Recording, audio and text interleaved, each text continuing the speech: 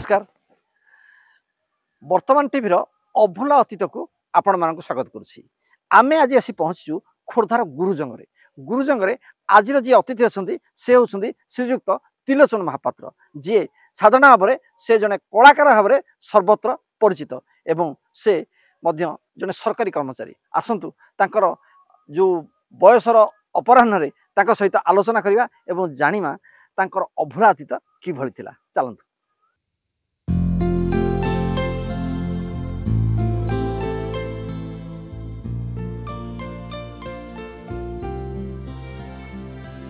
नमस्कार वर्तमान टीवी अभूला अतीत को आपण मानक स्वागत करुच्ची आमर आज अतिथि होती श्रीजुक्त त्रिलोचन महापात्र से जड़े वर्षियान अभिनेता से जड़े वर्षियान अभिनेता एवं ता सहित से सरकारी कर्मचारी एवं अवसर प्राप्त अच्छा सहित आम आलोचना करवा अभूला अतीत तांकर अतीतटा किभली रही जहाँ वर्तमान से मन पकती आसन जा त्रिलोचन महापात्र पाख भाई नमस्कार अभूला अतीत को आपन को स्वागत करुछु। अभूला अतीत आपणकर वर्तमान बयस केते एवं आपणकर को समय थिला जोटा को आपण माने आज भूली पारि ना मो बयस बर्तमान 74 प्लस किंतु मु नाटक आरंभ करिछि 71 मसीहा 71 मसीहा जो प्रकार नाटक होउथिला आजिकाली से नाटकर किसी ये ना से आम जो नाटक करूँ 4 कोटी खुंटी खट 4टी पड़ूला लाइट माने 4टी लाइट 4 खुंटी लगुला किंतु बर्तमान बहुत जाकजमक लाइट हेले भी नाटक से भाया हो पारना से जो प्रकार आम नाटक करूँ बर्तमान नाटक को देखला बेलू आकाश पाताल प्रभेद नाटक दिग बर्तमान परिवर्तन हो मोर कह कथा आप जो बाल्यकाल जो छोट थे स्कूल जाते से जो पाठ पढ़ा सिस्टम केमती वर्तमान सिस्टम भीतर कौन फर्क से जो पाठ पढ़ा सिस्टम थिला से सिस्टम थे सिस्टम बहुत तफात मु से विषय काली गोटे पिला को पचारि मुझे तुमर ऑप्शनल सब्जेक्ट अच्छे ना मोर ऑप्शनल ना से ऑप्शनल सब्जेक्ट आम पढ़ुलु किंतु बर्तमान से कहते ऑप्शनल ना तेणु से भाया जिनस बर्तमान सब बदली गला। अच्छा जो से जो शिक्षक मैंने पिला प्रति संपर्क थिला एवं से जो भाया पिला गढ़वे जो चेष्टा थिला वर्तमान शिक्षक मान से भाया अच्छे ना से भाया सेटा ना किंतु से बेले आम पिला माने मास्टर मान भय करते कहीं मास्टर मैंने से भाया थिले जोटा कि खोर्धा विजय स्कूल दिव्यसिंह पट्टनायक हेडमास्टर से घर भितर बसला माने दुआर मुह देकर पिला कहीं जीवेनी जदि बा जानती से डाक पचारे कि कड़े जाइलु शैल मास्टर बोलिकी जड़े थे सी से भाया सी बेत धरिक पिटे पछके किंतु पाठ के ये करें पाठ केमी पढ़ा केमी तुम भल पिला हम से भाया से करें आ मोर मन अच्छी ये जीतु मित्र मुना पट्टनायक मु विधान महांती ये सब गोटे क्लास पाठ पढ़ुलु नलु मास्टर बोलिकी जड़े थे आम घर राधावल्लभ साई सी बर्तमान दिल्ली रे अच्छा सी साइंस पाठ पढ़ुले जेन साइंस क्लास सब पंचम पीरियड पढ़े जेन साइंस क्लास आरंभ हो पंचम पीरियड माने झरका बाट डेईकि पलैबे बाहर को क्लास सैला पर सब माने पाठ प्रति भय थिला पिला हाँ शिक्षक माने जो पिला मानक प्रति तागिद थिला एवं से दृष्टि दउतले किंतु भाई ना वर्तमान स्थिति बदली गलानी आउ से पाठ पढ़ा प्रति पिलांकर से शिक्षक मान भय नहीं कि आपण जो टीचर जदि स्कूल भीतर बसते आपण सामने जीवा को डरुले से प्रकार सम्मान से खातिर भी आजिकल पिला मान भीतर नहीं मोर कह कथा हो एबे कौन कर पिला माने जीवा पूर्व पानी बोतल टिफिन से जीव से क्लास भितर क्लास रिक्रेसन है पिला तो खाइबे जहाँ करेंगे आपड़ से केमती कौन खा पी ना से खा पीर प्रश्न ना खेल छुट्टी हम अध घंटा आम घर पाख बोलिक आम दौड़ी आसबू हाँ घंटे खाईदे पलैबू अन्य से सब किणा कि खाती यहाँ मु आखिरे देखी आपंकर से जो पोशाक पिंधुले जो ड्रेस आजिकल पिला बारंबार बहुत प्रकार ड्रेस स्कूल ड्रेस मिलूँ से केमती आमर तो से स्कूल ड्रेस खाकी पैंट धला सार्ट सी जो खाकी पैंट माने सी एकदम ଅଖା କହିଲେ ଚଳେ ସେଇଭଳିଆ ପ୍ୟାଣ୍ଟ ସାର୍ଟ ପିନ୍ଧିକିରି ମୋ କଥାଟା ମୁଁ କହୁଛି ଆମ ନନା ଫରେଷ୍ଟର ଥିଲେ ସିଏ ସେତେବେଳେ ମାଟିଆ ପ୍ୟାଣ୍ଟ ତାଙ୍କର ସବୁ ଏତେ ବଡ଼ ବଡ଼ ପ୍ୟାଣ୍ଟ ସବୁ ଥିଲା ମୁଁ ତାକୁ ସବୁ କାଟିକିରି ହାଫ୍ ପ୍ୟାଣ୍ଟ କରିକିରି ପିନ୍ଧିକିରି ସ୍କୁଲ ଯାଏ ସେତେବେଳେ ଏଇଭଳିଆ ଡ୍ରେସ୍ ସ୍କୁଲରୁ ମିଳୁନଥିଲା ସ୍କୁଲରୁ ଡ୍ରେସ୍ ନାଇଁ ଆଉ ସେତେବେଳେ ଆପଣ ଯୋଉଠୁ ଯେମିତି କରିକି ଆପଣ ହଁ। ମାଟିଆ ପ୍ୟାଣ୍ଟ ଧଳା ସାର୍ଟ ହଁ। ପିନ୍ଧିକି ସେତେବେଳେ ଯାଉଥିଲେ ଆଚ୍ଛା ସେତେବେଳେ ଯୋଉ ଆପଣ ମାନଙ୍କର ଶିକ୍ଷକ ମାନଙ୍କ ପ୍ରତି କେମିତି ମାନେ ବ୍ୟବହାର ଥିଲା ଶିକ୍ଷକ ମାନେ ଆପଣ ମାନଙ୍କ ପ୍ରତି କେମିତି ବ୍ୟବହାର କରୁଥିଲେ ପିଲାମାନଙ୍କର ଶିକ୍ଷକମାନଙ୍କ ପ୍ରତି ଭାରି ଭୟ ଥିଲା କିନ୍ତୁ ଶିକ୍ଷକମାନଙ୍କର ପିଲାଙ୍କ ପ୍ରତି ଭାରି ମାନେ ଯେମିତି ଗେଲ ବସିଡ଼ିଆ କରନ୍ତି ସେଇଭଳିଆ ମଧ୍ୟ ସେମାନେ ଇଏ କରନ୍ତି ଏମିତି ଡାକିକିରି ପଚାରିବା କ'ଣ କରିବା ଇଏ କରିବା ଏଇଭଳିଆ ସବୁ ଆଚ୍ଛା ମୁଁ କହିବା କଥା ହଉଛି ଯେ ସେତେବେଳେ ସମୟର ପାଠପଢ଼ା ଆଉ ବର୍ତ୍ତମାନ ପାଠପଢ଼ା ଭିତରେ ମାନେ ଭଲ ନା ସମ୍ପର୍କଟା ଠିକ ନାହିଁ ସେତେବେଳେ ଯାହା ପାଠପଢ଼ା ଥିଲା ମାନେ ତାକୁ ପାଠ ପଢ଼ିକିରି ପାସ୍ କରିବା ଭାରି କଷ୍ଟକର ଏବେ ତ ମାନେ ଯିଏ ବୋଲେ ସିଏ ମାଟ୍ରିକ ପାସ୍ କରିଯିବ ସେତେବେଳେ ସେ ମାଟ୍ରିକ ପାସ୍ କରିବା ପରେ ବହୁତ କଷ୍ଟ ହଉଥିଲା ଆଚ୍ଛା ଆପଣ କାରଣ ସେତେବେଳେ ଏକାଦଶ ଶ୍ରେଣୀ ଥିଲା ଏକାଦଶ ଶ୍ରେଣୀ ପର୍ଯ୍ୟନ୍ତ ପାଠ ପଢ଼ା ହଉଥିଲା ଏବଂ ସବଜେକ୍ଟ ମାନେ ଟୋଟାଲ ମାର୍କ ହଉଛି 1100 ଏମିତି ତ 600 ମାର୍କରେ ପରୀକ୍ଷା ଶେଷ ନାଇଁ ଆପଣ ମୋର କହିବା କଥା ଆପଣଙ୍କର ଯୋଉ ଆପଣ ମାନେ ପାଠ ପଢ଼ା ସରିଲା ପରେ ଚାକିରିଟା କ'ଣ ଆପଣ ପାଇଁ ପୁରା ମାନେ ଥୁଆ ହେଇଥିଲା ନା ଆପଣ ଇଣ୍ଟରଭ୍ୟୁ ଦେଇକି ପରୀକ୍ଷା ଦେଇକି ଯେମିତି ପାସ୍ କରିବା କଥା ସେତେବେଳେ ଚାକିରି ବର୍ତ୍ତମାନ ଚାକିରି ବହୁତ ତଫାତ କ'ଣ ଚାକିରି ଫରକ ସେତେବେଳେ ମାନେ ମୋ କହିବା କଥା ମୁଁ କହୁଛି ଯେତେବେଳେ ମୁଁ 68ରେ ମାଟ୍ରିକ ପାସ୍ କଲି 71 ମସିହାରେ ଆମର ଜଣେ ହରି ମିଶ୍ର ବୋଲିକିରି ଜଣେ ଥିଲେ ଇଲେକ୍ସନ ସେକ୍ସନରେ ସେ କାମ କରୁଥିଲେ ସେ ମୋତେ ପଚାରିଲେ ସେତେବେଳେ କ'ଣ ହଉଥିଲା ନା ଭୋଟର ଲିଷ୍ଟ ସବୁ ହାତରେ ଲେଖା ହଉଥିଲା ପ୍ରିଣ୍ଟ ମେସିନ୍ ନଥିଲା ହାତରେ ଲେଖୁଥିଲୁ 100 ନାଁ ଲେଖିଲେ 3 ଟଙ୍କା ପାଉଥିଲୁ ସିଏ 100 ନାଁ ଲେଖିଲେ 3 ଟଙ୍କା 3 ଟଙ୍କା 100ଟା ଲାଇନ୍ ଆଉ 3 ଟଙ୍କା ମିଳୁଥିଲା ମୁଁ ସେତେବେଳେ ସିଏ ମୋତେ ଡାକିକିରି ପଚାରିଲେ କହିଲେ 8-10ଟା ପିଲା ତୁ ଯୋଗାଡ଼ କରେ ଆଉ ଆମେ ଭୋଟର ଲିଷ୍ଟ କପି କରିବା ଏତିକି ପଇସା ନେବେ ଏଠି ସବ୍ କଲେକ୍ଟର SDO ଥାନ୍ତି NK ମହାପାତ୍ର ନରେନ୍ଦ୍ର କୁମାର ମହାପାତ୍ର ସିଏ ମଧ୍ୟ ଯେତେବେଳେ ଜାଣିଲେ ସେ କହିଲେ ହଁ ତମେ ଆସି କାମ କର ପଇସା ଯୋଗାଡ଼ କରାଯିବ ପଇସାରେ ଖିଲାପ ନାହିଁ ସାଙ୍ଗେ ସାଙ୍ଗେ ପଇସା ଆମେ ଲେଖିକି ଦେଇଦେବୁ ସାଙ୍ଗେ ସାଙ୍ଗେ ମୁଁ ତେଣୁ କ'ଣ କରେ ହଁ ନେଇ ଆସେ 2-3 ଜଣଙ୍କ ଲେଖିଲା ଭଳିଆ ଘରେ ସେ ଆମ ଭାଇକି ଝିଅକୁ ଦେଇଦିଏ ଲେଖିଦିଏ ନାଇଁ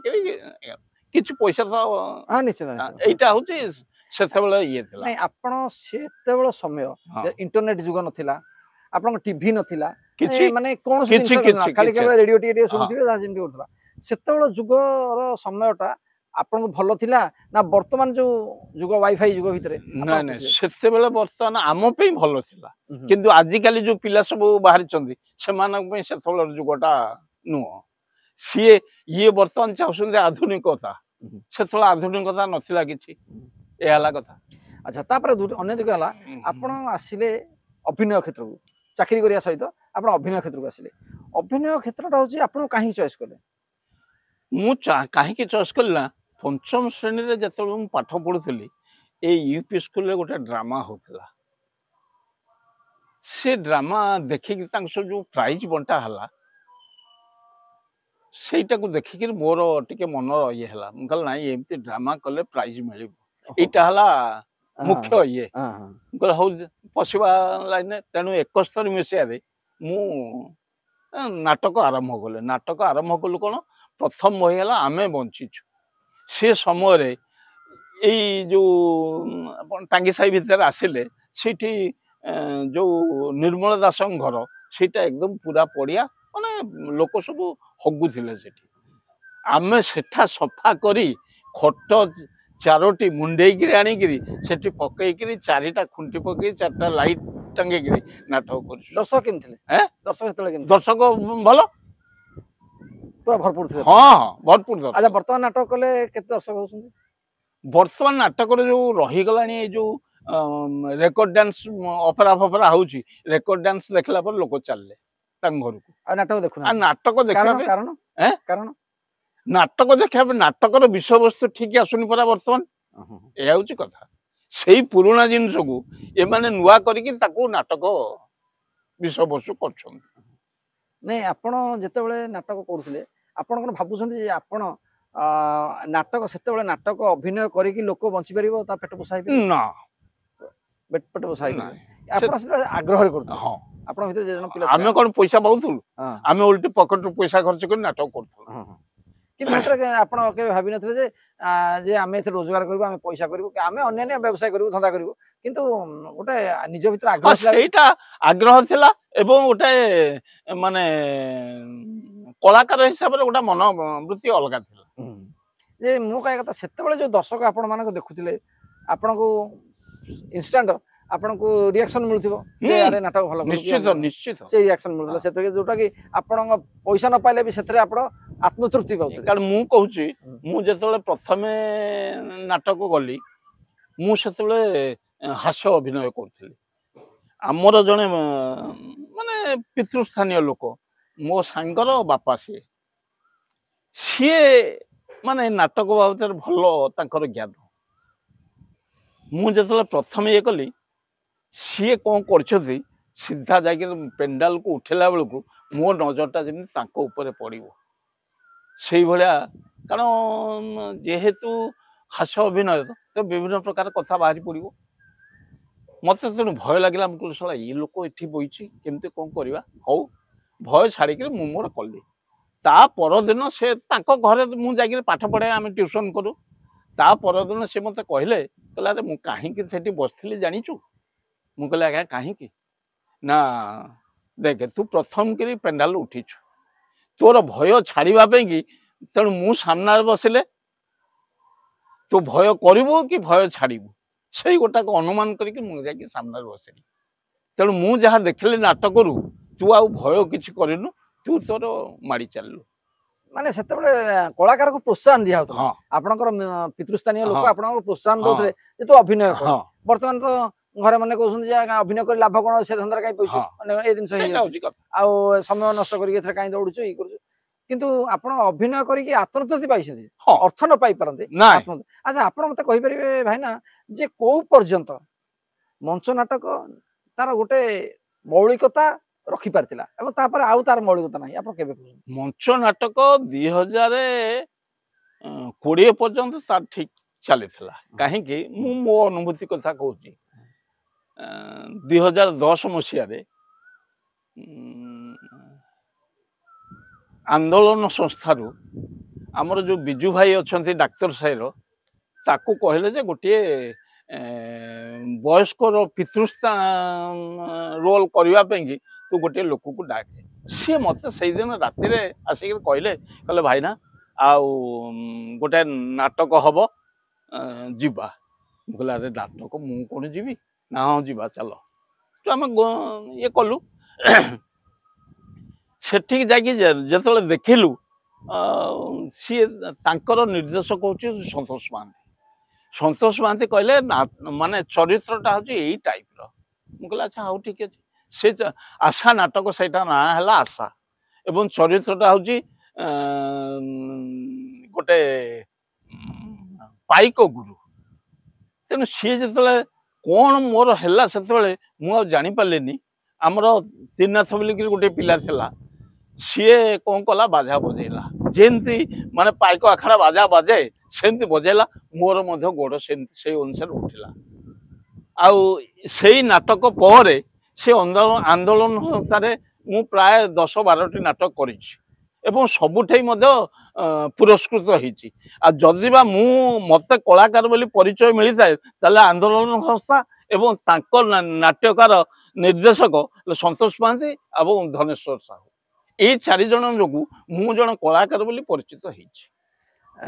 କିନ୍ତୁ ବର୍ତ୍ତମାନ ଆପଣ ନାଟକ ଯୋଉ ଅଭିନୟ କରୁଛନ୍ତି ବା ସୁଯୋଗ ପାଉଛନ୍ତି ସେଥିରେ ଆପଣ କ'ଣ ପାର୍ଥକ୍ୟ ଦେଖୁଛନ୍ତି? ପାର୍ଥକ୍ୟ ବହୁତ ରହୁଛି। କ'ଣ ପାର୍ଥକ୍ୟ? ମାନେ ସେତେବେଳେ ଯୋଉ ବହିଟି କରାହେଉଥିଲା ପାରିପାର୍ଶ୍ୱିକ ଅବସ୍ଥା ଏବଂ କୌଣସି ଘରୋଇ ବିଷୟବସ୍ତୁ ନେଇକରି କରାହେଉଥିଲା। ଏବେ ଯୋଉ ନାଟକ ଲେଖା ହେଉଛି ସେସବୁ ଜିନିଷ ତା ନାହିଁ। ଏଇଟା ହେଉଛି କଥା। ଏବେ ଗୋଟିଏ ନାଟକ ଆମ ଏଇଠି କରିଥିଲେ ପିଲାପନ୍ଧା ସୁଖ ଚାରଣାକୁ ଦୁଃଖ ବାରଣା ସେଥିରେ ସେ ମୋତେ ବାଧ୍ୟ ହେଇକିରି ଗୋଟେ ଦେଇଥିଲେ ବାପ ରୋଲଟିଏ। ଆଉ ବୟସ ନାହିଁ ମାନେ ଜିନିଷଟା ମନେ ରଖିକିରି ନାଟକ କରିବା ପାଇଁ। ସେବେକେ ମୁଁ ମଧ୍ୟ ବହୁତ ଚେଷ୍ଟା କରିକିରି ସେ ନାଟକଟି କରିଦେଲି। ଏଇଭଳିଆ ହଉଛି ସେ ଯଦି ସେଇଭଳିଆ ବହି ଲେଖାଯାଆନ୍ତା ତାହେଲେ ନାଟକର ଉନ୍ନତି ଆହୁରି ହୁଅନ୍ତା। ମାନେ ଯୋଉଟା ଆପଣ କହୁଛନ୍ତି ସାମାଜିକ ନାଟକ, ହଁ ପୁରା ପିଓର ସାମାଜିକ ହଁ ନାଟକ ଆଉ ଓଡିଆପଣ ସେଥିରେ ହଁ ରହିବା ଦରକାର, ହଁ ଯୋଉଟା କି ଆଜିକାଲି ନାଟକରେ ଆଉ ସେ ଜିନିଷ ନାଇଁ ନାହିଁ। ସେସବୁ ନାହିଁ। ସେ ଆଉ ଯୋଉ ରହିଲେ କଳାକାର ମାନଙ୍କ ଭିତରେ ଯୋଉ ସମଷ୍ଟିଗତ ଭାବ ଦୃଷ୍ଟି ରହିଥିଲା, ସମସ୍ତେ ମିଳିମିଶିକି ଯୋଉ କାମ କରୁଥିଲେ, ସେ ଜିନିଷଟା ଆଉ ଆଗ ଭଳିଆ ଆଉ ନାହିଁ, ନାଇଁ ସେଭଳିଆ ନାହିଁ। ଭାଇନା ଆମର ଯୋଉ ଟାଇଟଲ ରହିଛି ଅଭୁଲା ଅତୀତ, ଆମେ ଯୋଉ ଆଲୋଚନା କରୁଛେ ଆମର ଅଭୁଲା ଅତୀତ, ଏଇ ଯୋଉ ଅଭୁଲା ଅତୀତ, ଆପଣଙ୍କର ଅତୀତଟା ଅଭୁଲା କୋଉ ସମୟଟାକୁ କୋଉ ମୁହୂର୍ତ୍ତଟାକୁ କହିବେ ଆପଣ ଗୋଟେ ଅଭୁଲା? ମୁଁ ଯେତେବେଳେ 2011 ମସିହାରୁ 17 ମସିହା ପର୍ଯ୍ୟନ୍ତ ଆନ୍ଦୋଳନ ସଂସ୍ଥାରେ ନାଟକ କଲି, ସେ 4-5 ବର୍ଷ ଯାକ ମାନେ ମୁଁ ଏକଦମ ମଜି ଯାଇଛି ନାଟକ ଭିତରେ। କାରଣ ସିଏ ଯୋଉ ଧନେଶ୍ୱର ସାହୁ ଯୋଉ ନାଟକ ଲେଖନ୍ତି ସେ ନାଟକରେ ମଜି ଯିବାକୁ, କାରଣ ଗୋଟିଏ ବହି କହୁଛି ମୁଁ ଏ ନୁହେଁ ଡାହାଣୀ, ସେଥିରେ ଗୋଟିଏ ଝିଅ ପିଲାଟିଏ ରୋଲ କରୁଥାଏ, ସେ ବହୁ ରୋଲ କରୁଥାଏ। ସିଏ ଯୋଉ ପ୍ରକାର ମାନେ ଅଭିନୟ କଲା, ସେ ଅଭିନୟରେ ମାନେ ମୁଁ ଅତିଷ୍ଠ ହେଇକିରି ମୋ ଆଖିରୁ ମନକୁ ମନ ଲୁହ ଗଡ଼ିଗଲା। ଏଇଭଳିଆ ସବୁ ସେତେବେଳେ ମାନେ ମୋର କହିବା କଥା ଯେ ଆପଣ ଏଇ 2011-12 ମସିହା ସହିତ ନାଟକର ଗୋଟେ ହଁ ଗୋଟେ 2017 ମସିହା ପର୍ଯ୍ୟନ୍ତ ଥିଲା। ତେଣୁ ମୋର କହିବା କଥା ହଉଛି ଆପଣଙ୍କର ଅତୀତ ଯେତେବେଳେ ଆପଣ ପିଲା ଥିଲେ ସେତେବେଳେ ଅଭିନୟ କଥା ଯାଉଛି, ସେ ଯୋଉ ଅତୀତଟା ଥିଲା ଆପଣଙ୍କର ଯୋଉଟାକୁ ଭୁଲି ପାରିବେନି, ଏମିତି କିଛି ମୁହୂର୍ତ୍ତ ଅଛି ଯୋଉଟାକୁ ଆପଣ ଭୁଲି ପାରିବେନି? ହଁ ଅଛି। କଣ ଅଛନ୍ତି ଗୋଟେ ଗୋଟେ ଆମ ସହିତ ସେୟାର କରନ୍ତୁ। ଶୁଣନ୍ତୁ, ସେତେବେଳେ ଆମ ଗାଁରେ ଗୋଟେ ଅପେରା ପାର୍ଟି ଥିଲା, ମୁଁ ସେ ଅପେରାରେ ମଧ୍ୟ ଅଭିନୟ କରେ। ସେ ସମୟର ସବୁ କଳାକାର ପ୍ରାୟ 4-5 ଜଣ ମରିଗଲେଣି। ଜଣେ ବୀରକିଶୋର ସନ୍ଧ୍ୟା, ଅଖିଳ ରଣା, ଶ୍ୟାମସୁନ୍ଦର ସାହୁ, ଆଉ ଜଣେ ତା ନାଁଟା ମୋର ମନେ ପଡୁନି, ହଁ ଜୟକୃଷ୍ଣ ମହାପାତ୍ର, ଏମାନେ ସବୁ ଚାଲିଗଲେଣି। କିନ୍ତୁ ଏମାନେ ଯୋଉ ପ୍ରକାର ତାଙ୍କ ସାଙ୍ଗରେ ମୁଁ ଯେତିକି ଅଭିନୟ କରୁଥିଲି ସେ ମଜା ବର୍ତ୍ତମାନ ଅଭିନୟରେ ନାହିଁ। ମାନେ ଆପଣଙ୍କର ଚାକିରି ଜୀବନ ପାଠ ପଢା ଜୀବନ ୟା ଭିତରେ ଆପଣ ଆତ୍ମତୃପ୍ତି ଅଧିକା ପାଇଛନ୍ତି ଅଭିନୟରେ? ହଁ, ଯୋଉ ମଞ୍ଚରେ ଉପରେ ଆପଣ ଅଭିନୟ ପାଇଛନ୍ତି ଥରେ ସେଇ ମଞ୍ଚ ଅଭିନୟ କଥା ମୁଁ କହୁଛି। ଏଇ ଯୋଉ ଆମର ଥରେ ମୁଁ ଥାଏ ସେତେବେଳେ ଏଠି କୁରାଡେ ଲଆରାଇପ୍ସରେ 2000 ମସିହା, ସେତେବେଳେ ଗୋଟେ ଏ ନୁହେଁ କାହାଣୀ ବୋଲିକିରି ଗୋଟେ DD1ରେ ଯାଉଥାଏ, ସୁଟିଂ ହଉଥାଏ। ଜକରା ବୋଲିକିରି ଗୋଟେ ଗାଁ ଅଛି, ସେଠି ସୁଟିଂ ଚାଲିଥାଏ। ଏଇ ସମୟରେ କଣ୍ଟାବାଡ଼ ବୋଲିକିରି ଗୋଟେ ଗାଁ ଅଛି, ସେ ଗାଁଟା ଏଣ୍ଟାର ପୋଡ଼ିଗଲା। ମୁଁ ଯେତେବେଳେ RIFCରେ ଅଛି, ମୁଁ ସବୁତକ ଦାୟିତ୍ୱ ବୁଝିବି। ରାତିରେ କଲେକ୍ଟର ପାଖକୁ, ମାନେ ଆମ ପାଖକୁ ଖବର ନ ଯାଇ କଲେକ୍ଟର ପାଖକୁ ଖବର କଲା ଯେ ଏମିତି କଣ୍ଟାବାଡ଼ ପୋଡ଼ି ଯାଇଛି। କଲେକ୍ଟର ସେଠୁ ଖବର ପଠେଇଲେ। ଖବର ପଠେଇଲାକୁ ମୁଁ ଅଛି ଜକରାରେ, ଅଶ୍ରୁମୋଚନ ସାଙ୍ଗରେ, ଅଶ୍ରୁମୋଚନ ପୁଅ ମୁଁ ବାପ, ଏଇ ରୋଲ ଆମେ କରୁଛୁ। ସିଏ ସେଠୁ କେସି ମହାପାତ୍ର ହଉଛନ୍ତି କଲେକ୍ଟର, ସିଏ ମଧ୍ୟ ଜଣେ କଳାକାର ଲୋକ। ମୁଁ ଯାହା ତାଙ୍କ କଥା ଭାଷାରୁ ଅନୁମାନ କଲି। ସିଏ ଖବର ପଠେଇଲେ ତମେ କୋଉଠି? ମୁଁ କହିଲି ଆଜ୍ଞା ସେଠୁ ଆମର ଜଣେ RI ଥିଲେ, ସିଏ କହିଲେ ଆଜ୍ଞା ସିଏ ଜକରାରେ ଅଛି, ଗୋଟେ ଫିଲ୍ମ ସୁଟିଂ ଅଛି, ସେ ସୁଟିଂ ନା ସିଏ କ'ଣ ଜଣେ କଳାକାର କି ସେ ତାଙ୍କୁ ପଚାରିଛନ୍ତି? ନା ଆଜ୍ଞା ହଁ। ନା ହଉ ତାହେଲେ ଠିକ ଅଛି, ସୁଟିଂ ସରୁ ତାକୁ କହିବ ସକାଳୁ ସିଏ ଯାଇ କେତେ ଘର ପୋଡ଼ିଛି ଖବର ଆଣିକିରି ମୋତେ ଦବ। ଏ କଲେକ୍ଟର ଯେତେବେଳେ ଏଭଳିଆ କହୁଛି, ତାହେଲେ ଆମେ ସେଥିରେ ଅନୁମାନ କ'ଣ କରୁ? ସିଏ ଯଦି ମଧ୍ୟ କଳାକାର ଏବଂ କଳାକାରକୁ ପ୍ରୋତ୍ସାହନ ଦେଇକିରି ହେଲେ, ସେଇଟା ହଉଛି ବଡ ମାନେ ଆପଣଙ୍କର ଉପରିସ୍ଥ ଯୋଉ ଅଫିସର ଆପଣମାନଙ୍କୁ ଉତ୍ସାହିତ କରନ୍ତି ଅଭିନୟ କରିବା ପାଇଁ। ସେଇଟା ହଉଛି ସବୁଠୁ ଗୋଟେ ବଡ କଥା ଗୋଟେ କଳାକାର ପାଇଁ। ଯେ ଆଉ ଅଶେଷରେ ମୋ ଚାକିରି କଥାଟା ମୁଁ କହୁଛି। ପ୍ରଥମେ ଯେତେବେଳେ 71 ମସିହାରେ ଚାକିରି, ଏ ତ ଭୋଟର ଲିଷ୍ଟ ଲେଖୁଥିଲୁ, 73-74ରେ ସେଇ ହରିବନ୍ଧୁ ମିଶ୍ର ଏବଂ ନବବଳିଆ ସିଂ ଜଣେ ଆମର ମନ୍ମଥ ବିଧାର, ସିଏ ମରିଗଲେଣି ବିଚାରା। ନବବଳିଆ ସିଂ କେବଳ ବଞ୍ଚିଛନ୍ତି, ଇଏ 2 ଜଣ ଯାକ ମରିଗଲେ। ସିଏ ମୋତେ ଡାକି ନେଲେ ଭୁବନେଶ୍ୱର ଅଫିସ, କହିଲେ ତୁ ଆସେ ସେଠି କାମ କରିବୁ। ମୁଁ ଗଲି ସେଠି କାମ କରିବାକୁ। ସେଠି କାମ କରିବା ଭିତରେ ଭୋଟର ଲିଷ୍ଟ ସେତେବେଳେ ତିଆରି ଚାଲିଥାଏ। ଆମର ନନ୍ଦିନୀ ସତ୍ୟ ଯେଉଁ ଚିଫ୍ ମିନିଷ୍ଟର ଥିଲେ ତାଙ୍କ ଭଉଣୀ ହେଉଛି ଚନ୍ଦ୍ରିକା ମହାପାତ୍ର। ତାଙ୍କ ନାଁ ବାଣୀ ବିହାରରେ ଭୋଟର ଲିଷ୍ଟରେ ରହିବା କଥା, କିନ୍ତୁ ତାଙ୍କ ନାଁ ନାହିଁ। ନାଁ ନାହିଁ ଯେତେବେଳେ ସେତେବେଳେ ହରେକୃଷ୍ଣ ମହତାବ ଆସିଲେ ନିଜେ ସେଠି କିରାଣୀମାନଙ୍କୁ କହିଲେ। ସେ କିରାଣୀମାନେ କହିଲେ ଆମେ କିଛି କହିପାରୁନୁ, ଆପଣ ତ୍ରିଲୋଚନକୁ ପଚାରନ୍ତୁ। ସିଏ ସେଠୁ ମାନେ 73 ମସିହାରେ ଟଙ୍କା 3000ଟି ହରେକୃଷ୍ଣ ମହତାବ ମୋତେ ଦେଇକିରି ଗଲେ, କହିଲେ ତୁ 3000 ରଖେ, ତା ନାଁଟା କେମିତି ଭୋଟର ଲିଷ୍ଟରେ ଭରି ହବ। ମୁଁ ନାହିଁ କଲି। ମୁଁ କହିଲି ଆଜ୍ଞା ମୁଁ ପଇସା ପତ୍ର ରଖିବିନି। ସେଠୁ ମୋତେ ସେ କିରାଣୀ କଲେ ତମେ ପଇସା ରଖ, କେମିତି କ'ଣ ହବ ସେ କଥା ଆମେ ବସିକିରି ବିଚାର କର। ସିଏ ତାଙ୍କର ଚାଲିଗଲେ। ତାପରେ ଆମେ ବିଚାର କଲୁ କେମିତି ଭୋଟର ଲିଷ୍ଟରେ ନାଁଟା ହବ। ଭୋଟର ଲିଷ୍ଟ ସବୁ ଯୋଗ ତାଲିକା ଅଛି। ବାଣୀ ବିହାରର ଯୋଗ ତାଲିକାରେ ଅଛି 14ଟା ନାଁ। 14ଟା ନାଁ ଯେତେବେଳେ ଅଛି, ସେ 14ଟା ନାଁରେ ଯଦି ଆମେ 15ରେ ତା ନାଁଟା ଭର୍ତ୍ତି କରିବୁ, ଯିଏ ବୋଲି ସିଏ ସନ୍ଦେହ କରି ଏଇଟା ପଛରେ ଯୋଡ଼ା ହେଇଛି। ସଞ୍ଜୟ ପ୍ରେସ୍ ବୋଲିକି ଗୋଟେ କଟକରେ ଥାଏ, ଆମେ ତା ପାଖକୁ ଗଲୁ। ସିଏ କହିଲା ଗୋଟେ କାମ କରିବା, କିଛି ଜଣା ପଡ଼ିବନି। ସିଏ ତା ନାଁଟା କ'ଣ କଲା, ଚନ୍ଦ୍ରିକା ମହାପାତ୍ର ନାଁକୁ 7ରେ ସିରିଏଲରେ ଭର୍ତ୍ତି କରିକିରି ଆଉ ଥରେ ପ୍ରିଣ୍ଟ ଆଉଟ୍ କରିଦେଲା। ପ୍ରିଣ୍ଟ ଆଉଟ୍ କରିକି ଆମକୁ ଯେତିକି କପି ଦେବା କଥା ଦେଇଦେଲା। ଇ ଯେଉଁ କପି ତକ ରହିଲା ଏଇଟା ଗଲା ତମେ ନେଇଯା, ୟାକୁ ପୋଡ଼ାପୋଡ଼ି କରିଦେବ। ସେଠୁ ଆମେ ଆସିଲୁ, ଦେଖିଲୁ। ସେମାନେ ସମସ୍ତେ ତାଙ୍କ ବିରୋଧୀ ଦଳ ଯିଏ ସବୁ ଦେଖିଲେ ଯେ ପ୍ରକୃତରେ ଏଇ ଜିନିଷଟା ହେଉଛି ଏ ନାଇଁ ପଛରେ ଯୋଡ଼ା ହେଇନି, ଏ ଆଗରୁ ଅଛି, ଏ କେଉଁ ପ୍ରିଣ୍ଟରେ ଉଠି ନଥିବ, ଏହା ତାଙ୍କର ହେଇଛି। କିନ୍ତୁ ଏ କଥାଟା କଲେକ୍ଟର କାନକୁ ଗଲା। କଲେକ୍ଟର କିଏ ନା ରହ ନାଁଟା ମୋର ମନେ ପଡ଼ୁନି, ଏସ୍.ଆର୍. ପାଲ୍। କଲେକ୍ଟର ହେଉଛନ୍ତି ଏସ୍.ଆର୍. ପାଲ୍, ସତ୍ୟରଞ୍ଜନ ପାଲ୍। ସେ ଭାରି ଅନେଷ୍ଟ ଲୋକ, ଭାରି ଭଲ ଲୋକ।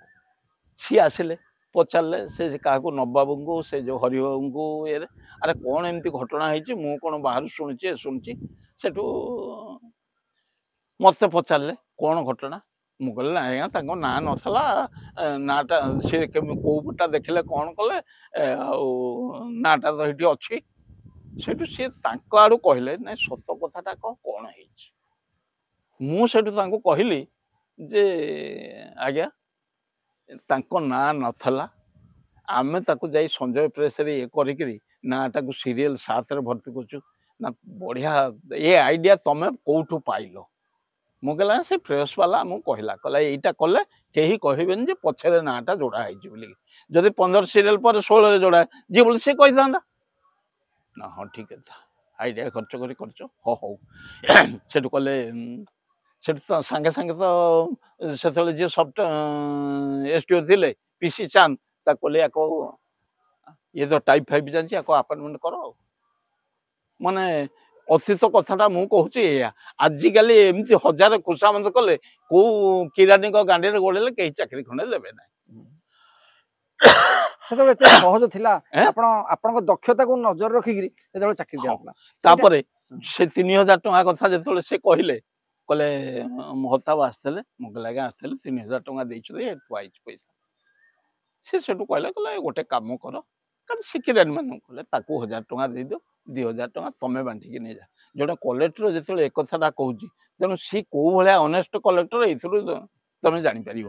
ଏହା ହେଉଛି ସେତେବେଳର ଇଏ, ମାନେ ସେତେବେଳେ ସତ କହିବା ଏବଂ ଗୋଟେ କାମର ଗୁରୁତ୍ୱଟା ବୁଝୁଥିଲେ ଏହା ହଉଥିଲା କଥା।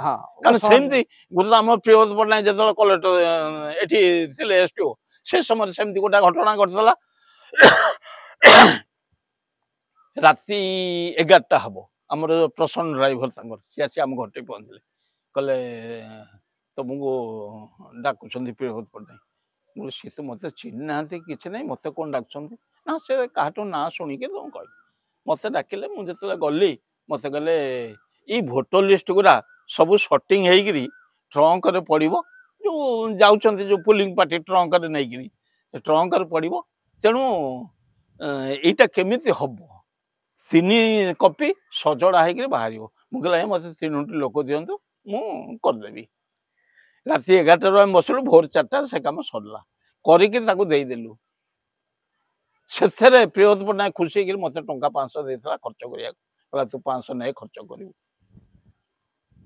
ମାନେ କାମର ଗୁରୁତ୍ୱ କାମର କ'ଣ ଜିନିଷ ସେତେବେଳେ ଏଇଟା ଥିଲା। ବର୍ତ୍ତମାନ କାମର ଗୁରୁତ୍ୱ କିଛି ନାହିଁ, କୋଉ ଅଫିସର ବି ସେ କଥା ବୁଝୁନାହାନ୍ତି। ଗୋଟେ କଥା ଜଣା ପଡୁଛି ଯେ ଏ ଯୋଉ ଆମ ଅତୀତଟା ଥିଲା ଗୋଟେ ସୌହାର୍ଦ୍ଦ୍ୟପୂର୍ଣ୍ଣ ବାତାବରଣରେ ଏବଂ ସମସ୍ତଙ୍କ ସହିତ କୋପରେସନ କରିକି କାମ କରିବାର ଯୋଉ ଇଚ୍ଛା ଥିଲା, ବର୍ତ୍ତମାନ ସେସବୁ ନାହିଁ। ଧନ୍ୟବାଦ, ନମସ୍କାର। ଆମେ ଆଲୋଚନା କରୁଥିଲେ ଶ୍ରୀଯୁକ୍ତ ତ୍ରିଲୋଚନ ମହାପାତ୍ରଙ୍କ ସହିତ ତାଙ୍କର ଅଭୁଲା ଅତୀତ ଏବଂ এই ଅଭୁଲା ଅତୀତରେ ତାଙ୍କ ସହିତ ଯୋଉ ଯୋଉ ବିଷୟ ସବୁ ଆଲୋଚନା କଲେ, ନିଶ୍ଚିତ ଭାବରେ ଆପଣଙ୍କୁ ଏଥିରେ କିଛି ଶିଖିବାର ମିଳିବ ଏବଂ ଆପଣମାନଙ୍କୁ ନିଶ୍ଚୟ ସେଇଟା ଗୋଟେ ଆମୋଦିତ କରିବ। ଏବଂ এই ଯୋଉ କାର୍ଯ୍ୟକ୍ରମ ଆପଣ ଦେଖୁଛନ୍ତି, ଆମେ ଆଗକୁ ଆଗକୁ ଅନେକ ଗୁଡ଼ିଏ କାର୍ଯ୍ୟକ୍ରମ କରିବୁ। ଆମର ଆଶା ଆପଣମାନେ ଆମର କାର୍ଯ୍ୟକ୍ରମ ଦେଖନ୍ତୁ ଏବଂ ଆପଣଙ୍କର ଫିଡବ୍ୟାକ୍ ମଧ୍ୟ ଦିଅନ୍ତୁ ଯେ ଆଗକୁ କିଭଳି ହେଇପାରିବ, କେମିତି ହେଲେ ଭଲ ହେଇପାରିବ। ଯଦି ଆପଣ ଚାହୁଁଛନ୍ତି ଆମର ଅଭୁଲା ଅତୀତର ଅତିଥି ହେବା ପାଇଁ, ତେବେ ଆମ ସହିତ ଯୋଗାଯୋଗ କରନ୍ତୁ। ଆମେ ଆପଣଙ୍କୁ ଏହି ମଞ୍ଚରେ ଆପଣଙ୍କୁ ଅତିଥି ଭାବରେ ନିଶ୍ଚିତ ଭାବରେ ଗ୍ରହଣ କରିବୁ ଏବଂ ଆପଣଙ୍କର ଯୋଉ ଅଭିଜ୍ଞତା ଅଛି, ଯୋଉ ଜ୍ଞାନ ଅଛି, ସେଇଟାକୁ ସାଧାରଣ ଜନତା ପାଖରେ ପହଞ୍ଚାଇବାକୁ ଚେଷ୍ଟା କରିବୁ। ଆଜିର ଅଭୁଲା ଅତୀତକୁ এই କାର୍ଯ୍ୟକ୍ରମକୁ ଆମେ ଏଇଠି ଶେଷ କରୁଛୁ। ପୁଣି ଦେଖା ହେବ ଆଉ ଜଣେ ଅତିଥିଙ୍କ ସହିତ ଆଉ ଅନ୍ୟ ଏକ କାର୍ଯ୍ୟକ୍ରମରେ। ସେତେବେଳେ ପର୍ଯ୍ୟନ୍ତ ବିଦାୟ ଦିଅନ୍ତୁ, ନମସ୍କାର।